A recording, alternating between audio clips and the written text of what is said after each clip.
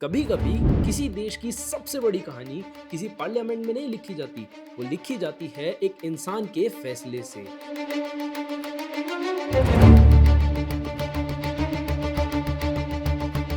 और इस बार उस फैसले का नाम है भूख हड़ताल। दिल्ली जंतर मंतर। हर दिन हजारों लोग यहाँ प्रोटेस्ट करने आ रहे हैं, कोई नौकरी के लिए तो कोई रिजर्वेशन के लिए, कोई अपने अधिकारों के लिए। लेकिन इस बार यहाँ बैठा हुआ इंसान इन सबसे अलग है। वो ना ही कोई नेता है और ना ही किसी पार्टी का वर्कर, और ना ही वो इलेक्शन लड़ रहा है, और ना ही अपने लिए कुछ मांग रहा। फिर भी पूरे देश की नजर उस पर टिक चुकी है, क्योंकि हर गुजरते दिन के साथ उनका शरीर कमजोर होता जा रहा है। डॉक्टर वार्निंग दे रहे हैं और लोग अपील कर रहे हैं, लेकिन वो अपनी जगह से उठने के लिए तैयार ही नहीं है। और सबसे बड़ा सवाल कि आखिर क्यों? अगर मैं आपसे कहूं कि ये वही इंसान है जिसने लद्दाख की सूखी पहाड़ियों में पानी पैदा करने के तरीका ढूंढ लिया, जिसने माइनस टेम्परेचर में बिना बिजली के घर को गर्म रखने का सॉल्यूशन बना दिया, और जिसकी सोच से इंस्पायर होकर बॉलीवुड ने थ्री इडियट्स का आइकॉनिक कैरेक्टर क्रिएट किया, तो शायद आप समझ जाएंगे कि बात किसी आम प्रोटेस्ट की नहीं हो रही। ये कहानी है सोनम वांगचुक की, एक इंजीनियर, एक इनोवेटर, एक एजुकेशन रिफॉर्मर, और शायद आज के भारत का सबसे अलग सोचने वालों में से एक। लेकिन सवाल वही है कि जिस इंसान ने अपनी पूरी जिंदगी सॉल्यूशन बनाने में लगा दी, वो आज प्रोटेस्ट करने की उसको क्या जरूरत पड़ गई।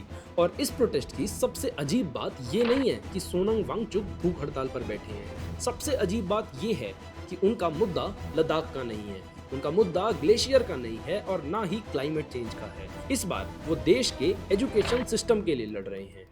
और इस जगह ये कहानी और भी इंटरेस्टिंग हो जाती है, क्योंकि पहली नजर में एक क्लाइमेट एक्टिविस्ट का एग्जाम सिस्टम से क्या कनेक्शन है, क्योंकि दोनों अलग अलग टॉपिक हैं। लेकिन वांगचुक के हिसाब से दोनों एक ही प्रॉब्लम के अलग चेहरे हैं। वो कहते हैं कि ग्लोबल वार्मिंग धीरे धीरे ग्लेशियर को खत्म करती है, वैसे ही करप्शन, पेपर लीक और अकाउंटेबिलिटी की कमी हमारे एजुकेशन सिस्टम को अंदर से खोखला करती जा रही है।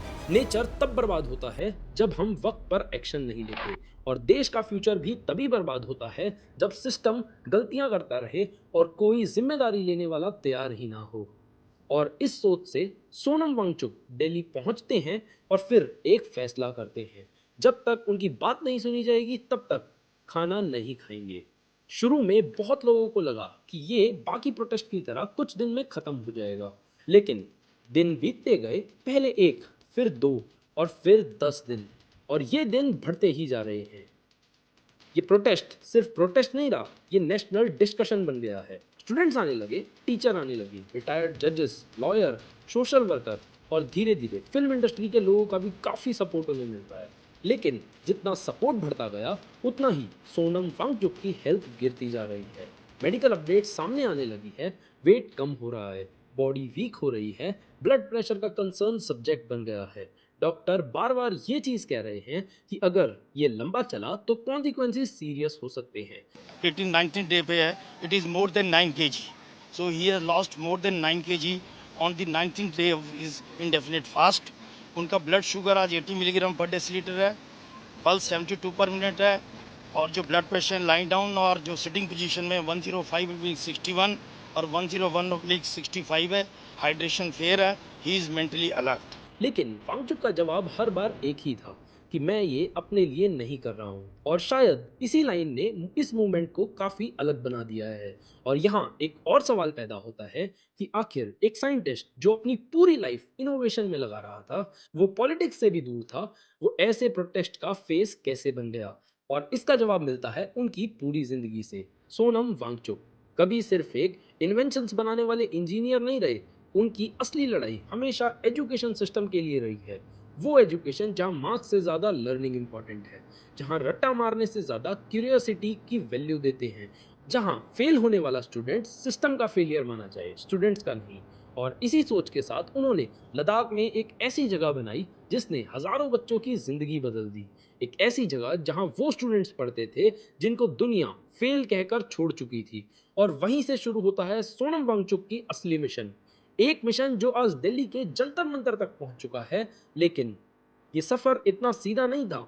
इसके बीच जेल आई, इसके बीच कंट्रोवर्सीज, पॉलिटिकल एलिगेशन, और कई ऐसे मोड़ आए जिन्होंने किसी भी आम इंसान को तोड़ दिया होता, लेकिन सोनम वांगचुक हर बार वापस आए और हर बार एक नए मुद्दे के साथ आए। अब सवाल ये है कि आखिर पिछले एक साल में ऐसा क्या हुआ जिसने एक साइंटिस्ट को इनोवेशन छोड़कर सड़क पर बैठने के लिए मजबूर कर दिया।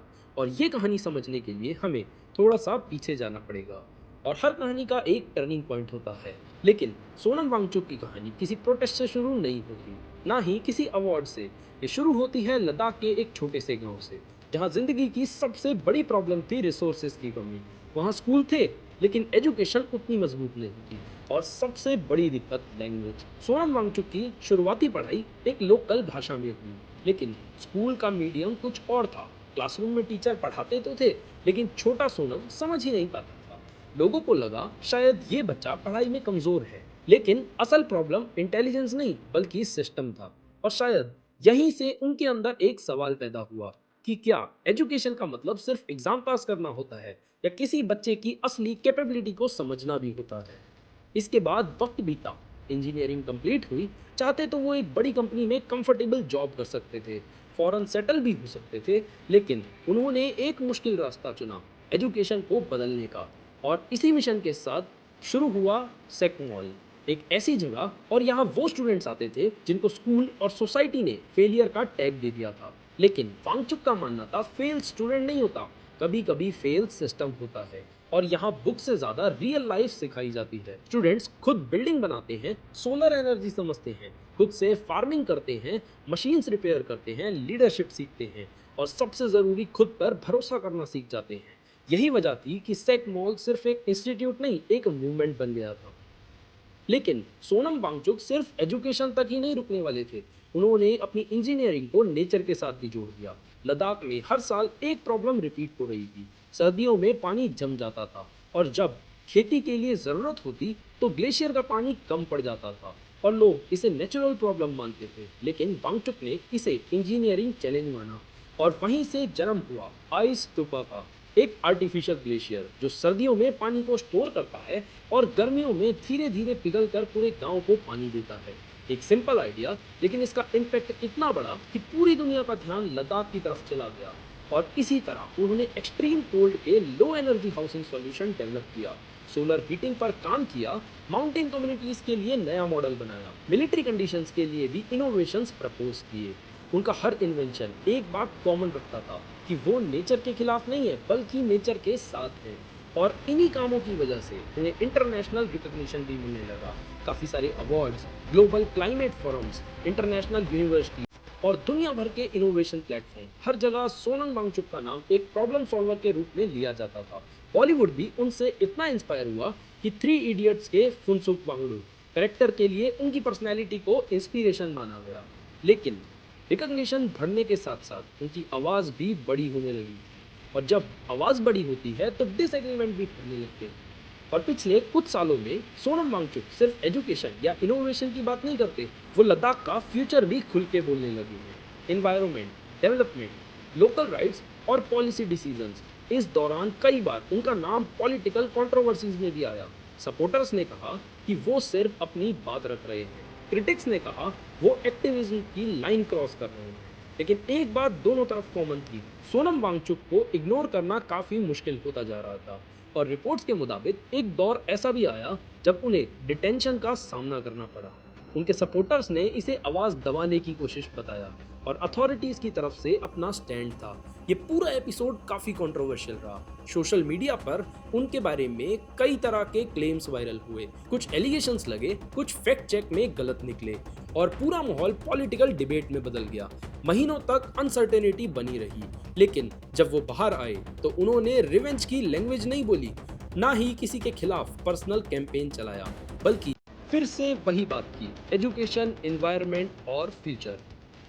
और यहीं से एक इंटरेस्टिंग चीज़ और सामने आती है। अगर आप सोनम वांगचुक की स्पीच देखें तो एक पैटर्न आपको ज़रूर दिखेगा। वो बार बार एक ही बात रिपीट करते हैं, हम फ्यूचर बोरो कर रहे हैं और उसे खर्च कर रहे हैं। पहले वो बात इन्वायरमेंट के लिए बोलते थे, लेकिन अब वो लाइन सिस्टम, एजुकेशन सिस्टम पर भी अप्लाई करती है। उनका मानना था कि अगर एग्ज़ाम सिस्टम पर स्टूडेंट्स का भरोसा ही टूट गया तो डिग्री का वैल्यू भी धीरे धीरे खत्म होती चली जाएगी। और जब ट्रस्ट खत्म होता है तो इंस्टीट्यूशन सिर्फ बिल्डिंग बनकर रह जाते हैं। और शायद इसी सोच ने उन्हें एक नया मूवमेंट की तरफ धकेल दिया, एक ऐसा मूवमेंट जिसका लद्दाख से कोई डायरेक्ट कनेक्शन नहीं था, लेकिन जिसका कनेक्शन देश के हर स्टूडेंट से था।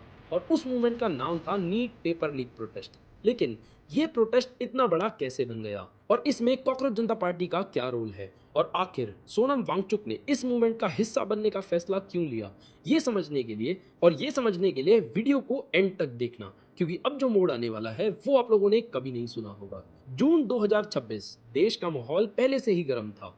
नीट कंट्रोवर्सी के बाद लाखों स्टूडेंट्स का मन में एक ही सवाल था, अगर एग्जाम सिस्टम ही सेफ नहीं है तो मेहनत का क्या मतलब रह गया।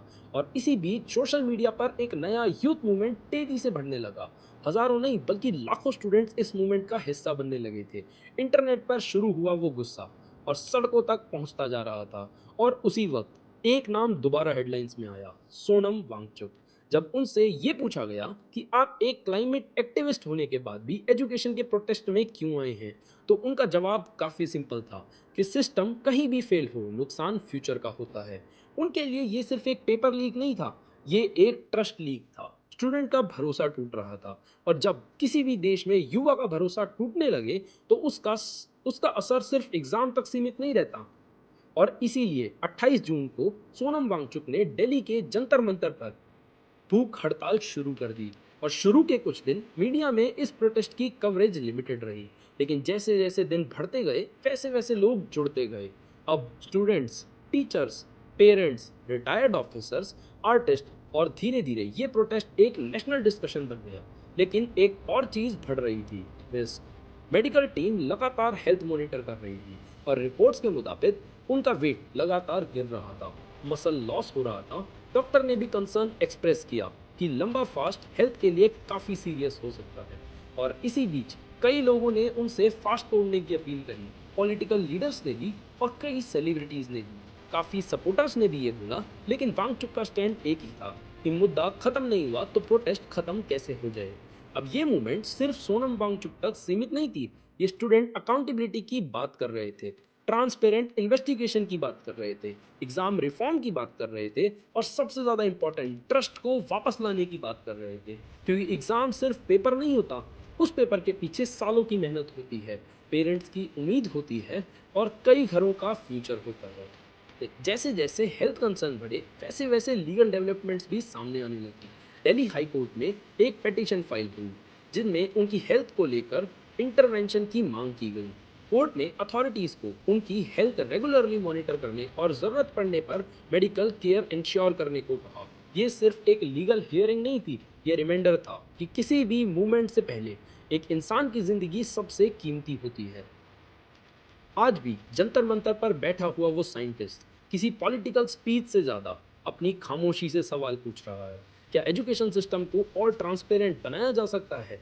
क्या अकाउंटेबिलिटी सिर्फ एक वर्ड बनकर रह जाएगा? और क्या स्टूडेंट्स का भरोसा दोबारा जीता जा सकता है? ये सवाल सिर्फ गवर्नमेंट से नहीं है, ये सवाल हम सब से है। सोनम वांगचुक की स्पीच से सहमत होने की ज़रूरत नहीं है, उनके प्रोटेस्ट के तरीके से भी सहमत होने की ज़रूरत है। लेकिन एक बात से शायद हर कोई सहमत होगा, जब देश का एक रिस्पेक्टेड इनोवेटर अपनी बात सुनवाने के लिए अपनी सेहत दांव पर लगा देता है, तो इसका मतलब है कि डायलॉग की ज़रूरत अब पहले से कहीं ज़्यादा है।